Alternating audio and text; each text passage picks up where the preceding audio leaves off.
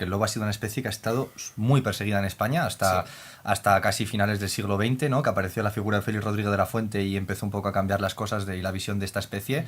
Era una especie que se consideraba alimaña, al igual que muchas otras, y que se persiguió y se buscaba exterminar. Y que si llevabas una piel de lobo te pagaban. Te pagaban, Aquí sí. hay que decir a este respecto que en España estuvo operando una institución pública que se llamaba las Juntas de Extinción de Animales Dañinos.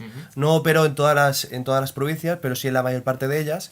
Y como bien decíais, no solo el lobo, sino que había un catálogo de especies que eran consideradas alimañas. Y que durante mucho tiempo, y estamos hablando de un periodo donde el repuntar económico de España no empieza hasta el periodo de el aperturismo, ¿no? Ya el segundo franquismo, ¿no? La tecnocracia y todo esto. Entonces ya hablamos de los años 60, el crecimiento económico de España. Pero antes de eso la gente tenía que buscar la forma de vivir como fuera, ¿no? Y había una figura que era el alimañero, ¿no? Entonces había gente que estaba... Es que no sospechamos una sola persona esperando en el campo y con persistencia el daño que puede llegar Persistencia y profesionalización, porque al final de tanto hacerlo aprendes a cómo hacerlo mejor. Y por cierto, al hilo de lo que decías tú de la genética, de dónde vienen estos lobos, ¿por qué lo decías? O sea, entiendo que porque vienen todos de unos ancestros más o menos comunes. O sea, vamos a ver.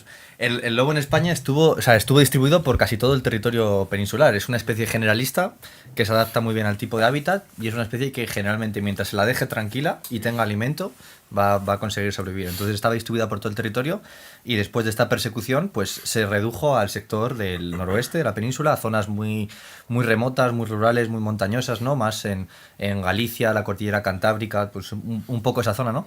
Y hay estudios que citan más o menos que no me acuerdo ahora la cifra exacta que había de lobos en España, pero que se quedaron en 300. O sea, los 2.500 los lobos que hay ahora, ¿no? Vienen de unos 300 lobos.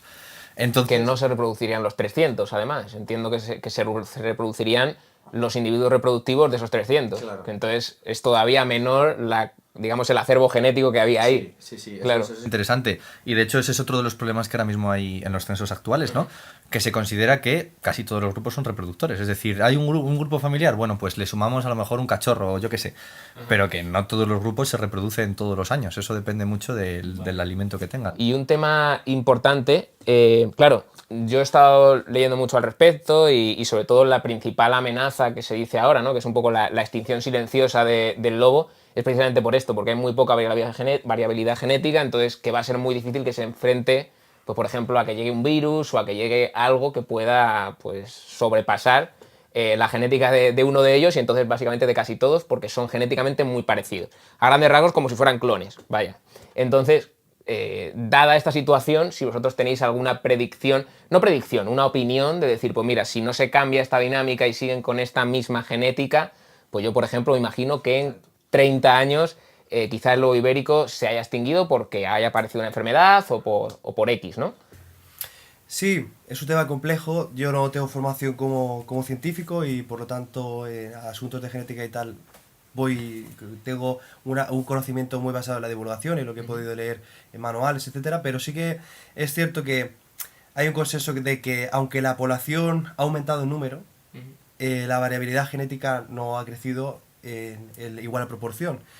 Y en ese sentido se habla de que en gran parte la hibridación que ha existido con perro, con algunos de estos perros cimarrones que hemos mencionado, han servido para sortear hasta el día de hoy esos cuellos de botella, ¿no? Que podrían comprometer las poblaciones, cuellos de botella genéticos. Un cuello de botella sería cuando básicamente es tan pequeña la población que la genética es muy concentrada, entonces cuando se expande, pues sí es verdad que hay más individuos, pero tengo que explicarlo porque alguno a lo mejor no lo conoce, pero cuando hay más individuos, claro, ya si, aunque sean más individuos, tienen la misma genética que estos de la parte del cuello de botella. Efectivamente. Y bueno, hay una alternativa que yo creo que es la más deseable, que es que el lobo ibérico desaparezca por hibridación con el lobo itálico. Eso sería que está llegando ya por los Pirineos catalanes, están entrando, llevan ya 20 años entrando individuos,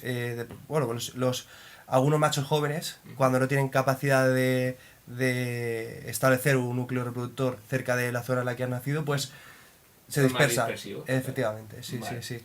Y yo creo que ese sería un escenario muy deseable, que por cierto ya hace poco tuvimos la imagen de una manada que se había formado, híbrida. Sí, vi tu vídeo que pusiste ahí, sí. Si queréis hablamos de esto ahora o después. Hablamos después de esto, acuerdo. pero sí que tírame tu predicción. Si no llegara lobo itálico, por estos problemas genéticos, ¿cuánto crees? Una cifra. Mójate. Una cifra que es totalmente opinativa, no se tiene que tomar Vale, aquí como una ley. Opinativo. Opinativo, basado en la opinión. sí. Yo creo que en muchas ocasiones somos pesimistas con respecto a la viabilidad de las poblaciones. Ya hemos tenido varios ejemplos de especies que tenían poblaciones mínimas, ¿no? Y que con programas de reintroducción, de cría en cautividad y de reintroducción han salido adelante, ¿no? Con situaciones mucho más críticas. Sin ir más lejos, el propio lince ibérico, ¿no? Partía de una población de 94 individuos en el año 2001, creo que fue. Y no digo que el lince ibérico esté en una situación... ¡Mójate, coño, mójate! Pero desde luego creo que la población de lobo ibérico es lo suficiente grande como para que pueda sobrevivir. O Sí. sea que para ti, aunque no llegara lobo itálico, Sí. no habría problema, aguantaría. Por el tema genético y todo esto que estamos hablando. Bueno, sí, no, incluso... Sí, sí, ya está, hombre. Sí, sí, aguantaría, sobreviviría. Vamos, Hugo, te toca. Sí, yo igual, yo creo que nunca sabes, ¿no? Imagínate que sale ahí una variable de un virus brutal, pues que se lo ventila, ¿no? Sí. Creo que el lobo está para quedarse, o sea, es una especie que antecedía al ser humano y que nos seguirá una vez nos extingamos nosotros mismos. Yo creo que seguirá. ¿Que luego hay problemas de genética? Sí, hay mucha consanguinidad y eso pues luego les debilita, ¿no? Frente a enfermedades, pues no sé, hay algunos que aparecen individuos con sarna o con otro tipo de parásitos o virus pues que les puede afectar, ¿no? Pero yo creo que es una especie muy adaptativa y se ha visto en zonas, por ejemplo, donde hay poca abundancia de lobos, es decir, zonas que están neorrecolonizando, es decir, que están recolonizando de nuevo, que como no hay lobos con los que reproducirse entre sí, pues por ejemplo se están reproduciendo con perros. Vale. Y ahí, pues bueno, ese es otro melón que se puede abrir o no, ¿no?